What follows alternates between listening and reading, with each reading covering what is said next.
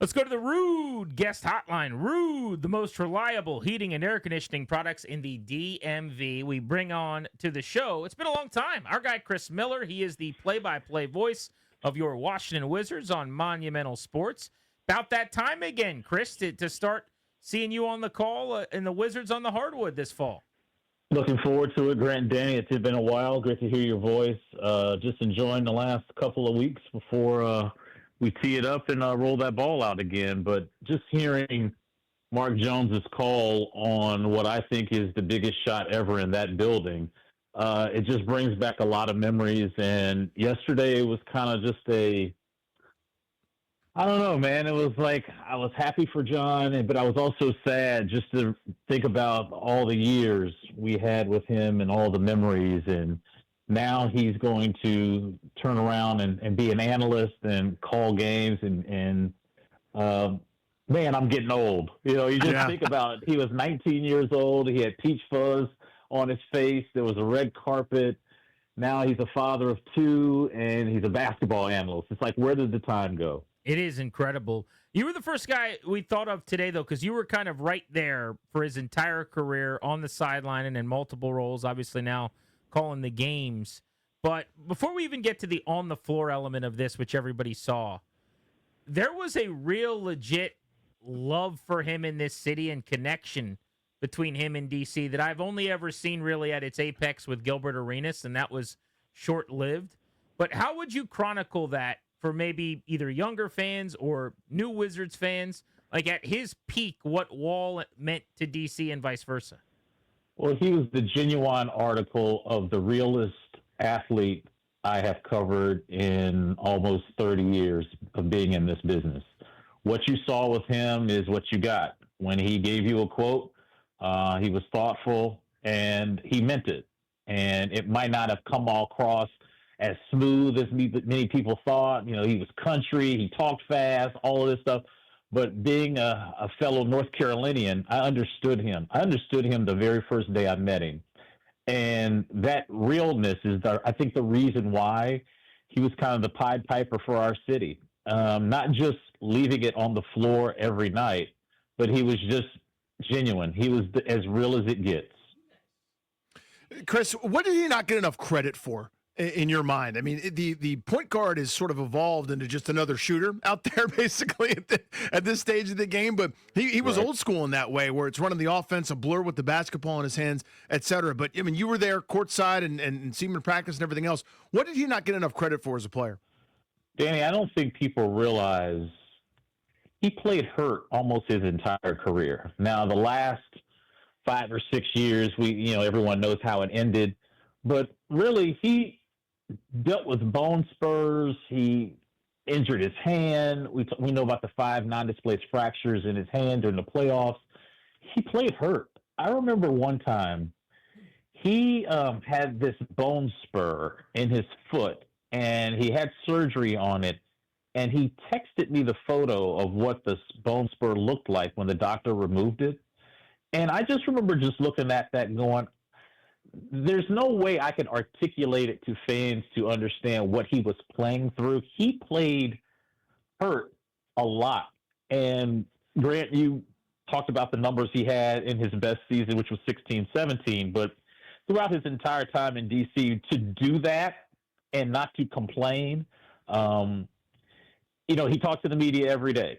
Win or loss, he was always in his locker. And I think that's where the appreciation for John Wall really came from a media standpoint, is that guy never ducked when something bad happened to either him or the team. He was front facing that way. And I appreciated that because, as you guys know, there are some athletes that duck when bad things happen, but they'll be front and center when something good happens. John was never that way. He always talked. Let's talk John Wall, the player. Chris Miller of Monumental Sports is with us.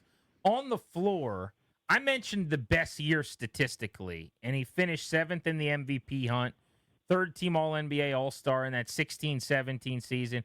I mean, he was a star of stars, too. Like, there was a time where he's in dunk contests, and he made 5 straight All Star teams. We don't have guys around here do that in my lifetime.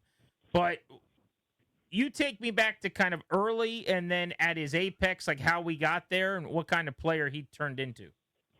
Well, he couldn't shoot, and he would tell you that when he first got into the league. I mean, he was just a blur with the basketball in his hand. He was the fastest in the league, and I'm comparing him to, at that point, the Derrick Roses of the world, the Russell Westbrooks. John Wall, to me, I thought was faster than both of them. And I grew up, I remember watching a lot of small point guards. I never saw anybody as fast as John Wall, and he was about 6'3", 6'4", about 195 pounds doing that. So in the beginning of his career, he was just a blur, and he evolved every year. I thought he got better with that jump shot, but his vision, the pick and roll with Gortat, I thought was one of the best pick and rolls in NBA history behind Stockton and Malone. That might sound like hyperbole, but when you see it every night and you know teams were scouting it every night and they could not stop it, that was a large part about John being able to run that offense. And again, I talked about being hurt, playing hurt. All of that kind of is in the mix when you're trying to talk about John Wall. It's like, how was he able to do all this stuff every night? And he played, Grant and Danny, in my opinion, the golden age of point guards. He would tell you, he would look at the schedule and be like, damn, I got Chris Paul tonight. I got Westbrook 2 nights from now. I got a back-to-back. I got to see Kyrie. I mean, the list went on, and he was right there in the mix when you were talking about who were the best point guards during that golden era. In terms of, again, he kind of on court, it's always so hard when your teammates may not be able to run with you, and you kind of have to adapt to different styles. I mean, think of the different coaches where Randy Whitman, loved defense more than I love carbohydrates, Chris, just different coaching styles and different things like that. How hard was it for folks to kind of catch up, right? Because if you got someone that fast, let's play fast, but it wasn't always that way. I'd love for you to kind of go into that, some of those relationships and maybe how tough it was for teammates to play with a guy that skilled and that quick. All right. Well, I won't name any names, but, I would be at practice sometimes and I would see some of these bigs and I'm like, there's no way in hell they can run with John. How are they going to be able to run with him? But it just worked. He made it work. And I thought Gortat was great for him in the half court. I thought when the Wizards acquired Gortat and Nene, that allowed John and Brad to elevate their games. Remember, they were young. They were babies. That first playoff series in Chicago, they beat the Bulls in 5. I think that was a byproduct of having 2 tough bigs down there that could really be physical and allow John and Brad to kind of grow their game. And Brad was the perfect piece for John, to have a 2-guard that could come off action where you set a screen and Brad comes off a screen and shoots threes. And they were just perfect for each other. I just think that they were too young. We needed another guy. And John and I have talked about this over the years. And I know a lot of people would talk about like Kevin Durant. Kevin Durant was never going to come here. But the guy that I thought, if we could have got this player, I don't know what we would be talking about today. And it was Paul George. Paul George at that time was a really good player, an all-league player, and they've all said it. There was talk of Paul George coming to D.C., and if that would have happened, I don't know what the narrative would have been like, but I think this team could have competed for Eastern Conference Finals appearances not once but twice. But going back to your question about the bigs, they had to figure it out because John wasn't going to slow down. You guys know that watching it. He was never going to slow down. He was going to go from 0 to 100 in like 5 seconds, and it was your job to get in condition and to run with him because the fruits of his speed got a lot of guys paid on this team, as you guys know. Chris Miller is with us. John Wall announcing yesterday officially that he'll be retiring. We're reminiscing about his career. You went into some of what he dealt with physically. He basically played like half seasons in his final 2 years on the floor here. Then he missed 19-20, did play in Houston, missed another season, then played minimally with the Clippers. But going back to the end as far as health, what do you remember about some of what he was going through to get his body ready to play? The double knee surgery was before the 16-17 year, which was his best year, right? But, even after that, the Achilles tear, and it just his body just broke down. He just played in a way where you would want him to kind of slow down, but then you're taking away his superpower.